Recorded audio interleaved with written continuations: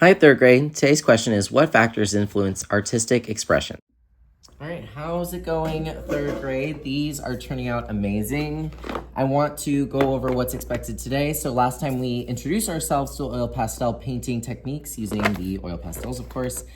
Now I want you guys to take it further, and I want you to finish your work. So let me go over a few things if you weren't here. So these are oil pastels. They're really great for blending and mixing, which is something I'm looking for. So for instance, I see that this is looking real chunky. I have all these blended areas. I need to go back and make that less chunky. So I'm gonna use a pink, which is a good transition color between this kind of orange and then the purple. And I'm gonna blend it out. There's no wrong way to do this. Actually, I don't love that one too much. So let's do another one. This one's a little bit more toned. Okay, so there I got a better blend. You can use your finger too, I don't mind. It's just up to you. It's gonna get messy if you decide to do that. We also have Q-tips, so if you want to blend it, kind of like a finger, but without getting messy, there's also that option too. Think about how you can make it even more interesting. Remember, you don't have to do exactly what you saw in your image. Maybe I want this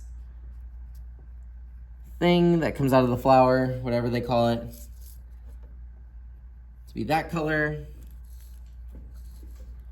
I'm probably gonna do another petal down here, and then I'm also gonna think about the greens, what's gonna be kind of green poking out in the background, because if I took my head and I pushed into a bush to see this flower, I'd probably see like insects and leaves. So think about what it would look like if it was zoomed close. I'm looking for those details. Remember, the whole goal was to zoom in.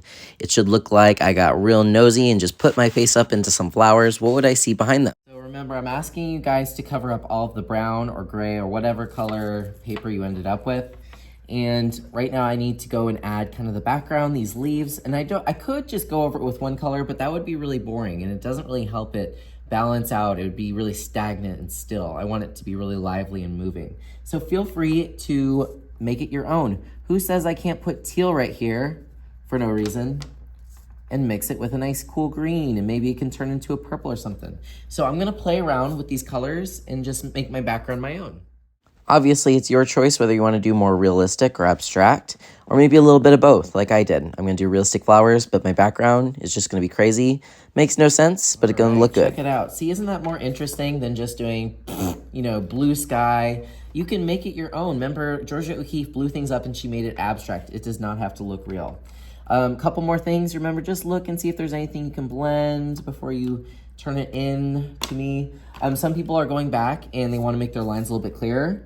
That's cool. I'm always down for that. Sometimes you can just take the oil pastel and just make things a little bit clearer if they got lost. But that's totally up to you. That's your choice if you want to go back and add that. Anyway, so once you are done, of course, please place this on the back counter. After you have shown me, I want to see these. These are turning out beautiful, better than I ever expected. And of course, clean up your area and of course, choosing new activity. Have an amazing day, and I can't wait to see what it looks like.